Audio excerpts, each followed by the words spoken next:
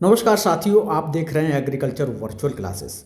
मैं नरेंद्र कुमार आज आपके समक्ष प्रस्तुत करता हूं कक्षा 10 में अध्ययनरत कृषि विज्ञान के विद्यार्थियों के लिए एमसीक्यू सीरीज का तीसरा भाग।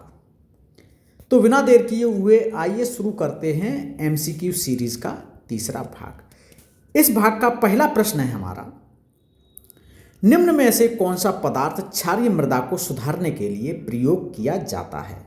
इसके विकल्प हैं number 1 urea, number 2 sodium, number 3 gypsum और नंबर 4 चूना। तो विद्यार्थियों आपको बता दें कि क्षारीय मृदा को सुधारने के लिए जिप्सम का प्रयोग किया जाता है, अर्थात हमारा तीसरा विकल्प एकदम सही है। क्षारीय मृदा को सुधारने के लिए जिप्सम का प्रयोग किया जाता है। आइए बढ़ते हैं प्रश्न नंबर 2 की ओर। और प्रश्न नंबर 2 है, मृदा में पायराइट्स के प्रयोग का क्या उद्देश्य है। इसके विकल्प हैं नंबर 1 अम्लीय मृदा का सुधार, नंबर 2 क्षारीय मृदा का सुधार, नंबर 3 भूक्षरण का नियंत्रण, नंबर 4 भूमि की नमी का संरक्षण। तो विद्यार्थियों बता दें आपको कि जिप्सम की भांति पायराइट्स का प्रयोग भी क्षारीय मृदा सुधारने के लिए किया जाता है, अर्थात हमारे दूसरे नंबर का विकल्प सही है। आइए बढ़ते हैं तीसरे प्रश्न की ओर। और हमारा तीसरा प्रश्न है, 7 से कम पीएच मान वाली मृदा क्या कहलाती है। विकल्प हैं नंबर 1 अम्लीय मृदा, नंबर 2 क्षारीय मृदा, नंबर 3 उदासीन मृदा, नंबर 4 चिकनी मृदा। तो बता दें विद्यार्थियों, 7 से कम पीएच मान वाली मृदाओं को अम्लीय मृदाएं कहा जाता है, अर्थात हमारा पहले नंबर का विकल्प एकदम से सही है। आइए बढ़ते हैं चौथे प्रश्न की ओर। और चौथा प्रश्न है हमारा, अम्लीय मृदा का पीएच मान कितना होता है। इसके विकल्प हैं नंबर 1 केवल 7, नंबर 2 7 से कम, नंबर 3 7 से अधिक और नंबर 4 उक्त में से कोई नहीं। तो विद्यार्थियों, अम्लीय मृदा का पीएच मान सदैव 7 से कम होता है। इस प्रकार इस प्रश्न का दूसरा विकल्प एकदम सही है। 7 से कम पीएच मान वाली मृदाओं को अम्लीय मृदाएं कहा जाता है। आइए बढ़ते हैं प्रश्न 5 की ओर। और प्रश्न 5 है हमारा, 6 से कम पीएच मान वाली मृदाएं कहलाती हैं। विकल्प हैं नंबर 1 उदासीन मृदाएं, नंबर 2 क्षारीय मृदाएं, नंबर 3 अम्लीय मृदाएं और नंबर 4 दोमट मृदाएं। 6 से कम पीएच मान वाली मृदाओं को भी अम्लीय मृदाएं कहा जाता है। इस प्रकार तीसरे नंबर का विकल्प सही है। आइए बढ़ते हैं प्रश्न नंबर 6 की ओर। प्रश्न नंबर 6 है, अम्लीय मृदा बनने का प्रमुख कारक है। विकल्प हैं अम्लीय चट्टानों से मृदा निर्माण, नंबर 2 मृदा में अम्लीय उर्वरकों का प्रयोग और नंबर 3 कार्बनिक पदार्थों का अधिक प्रयोग और नंबर 4 उक्त सभी। तो विद्यार्थियों, यदि किसी मृदा का निर्माण अम्लीय चट्टानों से होता है तो वो मृदा अम्लीय होगी, अर्थात पहला सही है। और दूसरे विकल्प की ओर देखें तो यदि किसी खेत में किसी मृदा में लगातार अम्लीय उर्वरकों का प्रयोग करते रहें तो वो मृदा भी अम्लीय हो जाती है, अर्थात दूसरा भी सही है हमारा। और इसी प्रकार तीसरे विकल्प को देखते हैं तो जिन भूमि पर या जिन खेतों में लगातार कार्बन पदार्थों का अधिक मात्रा में प्रयोग किया जाता है तो वो मृदा भी हमारी अम्लीय हो जाती है। इस प्रकार इस प्रश्न का चौथा विकल्प उक्त सभी सही है।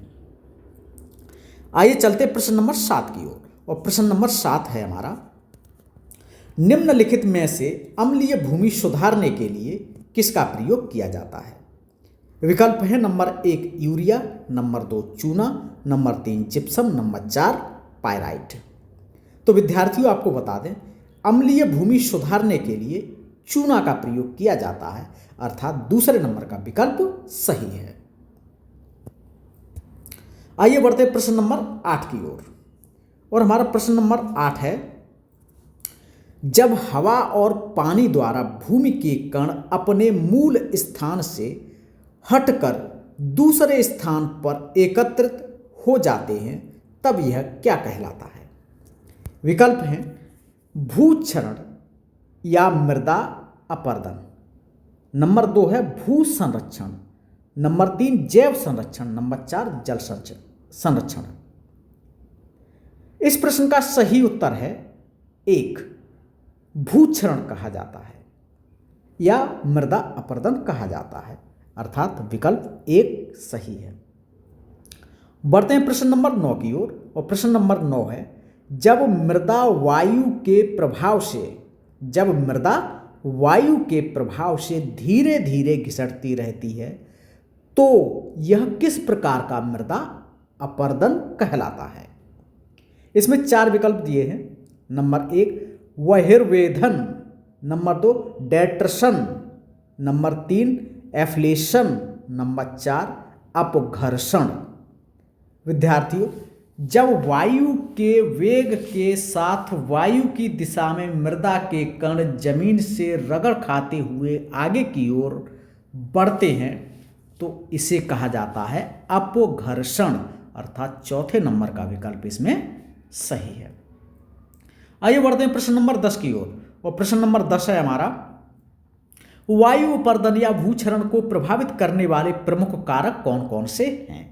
वायु अपरदन या भूक्षरण को प्रभावित करने वाले प्रमुख कारक कौन कौन से हैं। विकल्प है नंबर 1 फसल अवशेषों का जलाना, नंबर 2 वायु की गति, नंबर 3 पशुओं द्वारा चराई और नंबर 4 उक्त सभी।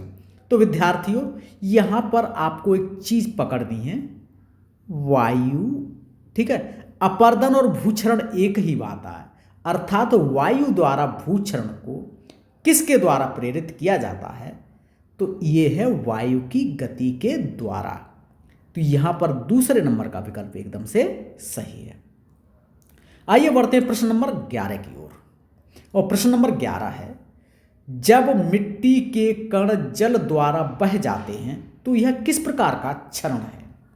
यहां पर मिट्टी के कणों को जल द्वारा बहा जा रहा है, इसी चीज को आपको पकड़ना है, और विकल्प है यहां पर नंबर 1 वायु क्षरण, नंबर 2 जल क्षरण, नंबर 3 परतदार क्षरण और नंबर 4 भूक्षरण। तो यहां पर जल द्वारा मृदा के कणों को एक स्थान से दूसरे स्थान पर ले जाया जा रहा है, अर्थात इस प्रकार का क्षरण कहलाता है जल क्षरण, और दूसरे नंबर का विकल्प एकदम से सही है।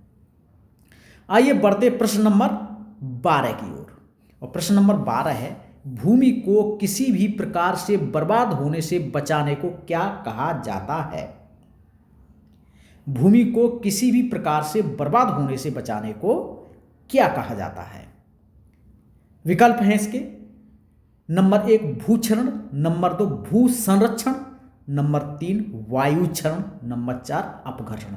तो विद्यार्थियों, भूमि को किसी भी प्रकार से बर्बाद होने से बचाने को कहा जाता है भू संरक्षण। तो दूसरे नंबर का विकल्प इस प्रश्न का सही है। आइए बढ़ते हैं प्रश्न नंबर 13 की ओर, और हमारा प्रश्न नंबर 13 है वृक्षारोपण करना तथा धारा तटबंध बनाना किसके उपाय हैं। वृक्षारोपण करना तथा धारा तटबंध बनाना किसके उपाय हैं।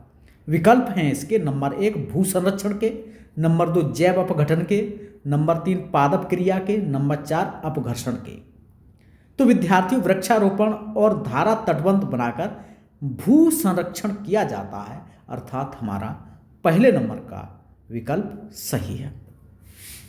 आइए बढ़ते प्रश्न नंबर 14 की ओर, और प्रश्न नंबर 14 है खेतों में मेड़बंदी करने से पानी मिट्टी में ही सूख जाता है जिससे मृदा में बनी रहती है। विकल्प है इसके नंबर 1 अम्लीयता, नंबर 2 कठोरता, नंबर 3 नमी और नंबर 4 क्षारीयता। तो विद्यार्थियों, जब मिट्टी पानी को सोख लेती है तो मिट्टी में क्या बढ़ जाती है, नमी। तो इस प्रकार हमारे इस प्रश्न का तीसरा विकल्प सही है, नमी। आइए बढ़ते हैं प्रश्न नंबर 15 की ओर, और प्रश्न नंबर 15 है क्षरण अवरोधी फसल कौन सी है। इसके विकल्प हैं नंबर 1 मक्का, नंबर 2 बाजरा, नंबर 3 उड़द, नंबर 4 गेहूं। तो विद्यार्थियों, ऐसी फसलें जो जमीन पर फैल के चलती हैं, इनकी जड़ें कई ब्रांचों में विभाजित होती हैं। तो इस प्रकार की क्षरण अवरोधी फसलें कहलाती हैं और इस प्रकार की फसलों की विशेषता ज़्यादातर दलहनी फसलों में पाई जाती हैं। इस प्रकार यहाँ पर तीसरे नंबर का विकल्प सही है, उर्द। आइए बढ़ते प्रश्न नंबर 16 की ओर।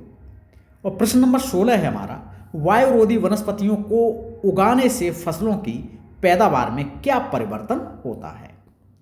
नंबर 1, पैदावार बढ़ती है। नंबर 2, पैदावार घटती है। नंबर 3, पैदावार सामान्य रहती है। और नंबर 4, भूक्षरण होता है। तो विद्यार्थियों आपको बता दें कि वायुरोधी वनस्पतियों को उगाने से फसलों की पैदावार बढ़ती है, अर्थात हमारा पहला विकल्प सही है। आइए बढ़ते हैं प्रश्न नंबर 17 की ओर। और प्रश्न नंबर 17 है, निम्नलिखित में से सिंचाई की इकाई कौन सी है? इसके विकल्प हैं number 1 gallon centimetre, number 2 cusec centimetre, number 3 gallon metre, number 4 cusec metre. तो विद्यार्थियों यहां पर सिंचाई की इकाई क्यूसेक सेंटीमीटर है, अर्थात दूसरे नंबर का विकल्प एकदम सही है। आइए बढ़ते हैं प्रश्न नंबर 17 की ओर। और प्रश्न नंबर 18। आइए बढ़ते प्रश्न नंबर 18 की ओर। 18वां प्रश्न है हमारा, निम्नलिखित में से पानी निकालने का सबसे अच्छा साधन कौन सा है? निम्नलिखित में से पानी निकालने का सबसे अच्छा साधन कौन सा है? नंबर 1 नलकूप, नंबर 2 तालाब, नंबर 3 कुआं और नंबर 4 हैंडपंप। तो विद्यार्थियों पानी निकालने का इन चारों विकल्पों में से सबसे अच्छा साधन नलकूप है, अर्थात पहले नंबर का विकल्प हमारा सही है। आइए बढ़ते हैं प्रश्न नंबर 19 की ओर। और प्रश्न नंबर 19 है, निम्नलिखित जल संसाधनों में से किससे जल स्वतः निकलता है? विकल्प हैं नंबर 1 नलकूप, नंबर 2 तालाब, नंबर 3 कुआं और नंबर 4 पाताल तोड़ कुआं।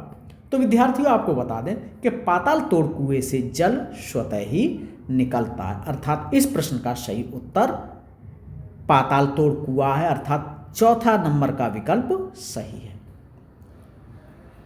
आइए बढ़ते प्रश्न नंबर 20 की ओर। प्रश्न नंबर 20 है हमारा, पाताल तोड़ कुओं से पानी निकालने के लिए किस साधन का प्रयोग किया जाता है? विकल्प है नंबर 1 हैंडपंप, नंबर 2 चैन पंप, नंबर 3 चरसा, नंबर 4 कोई नहीं।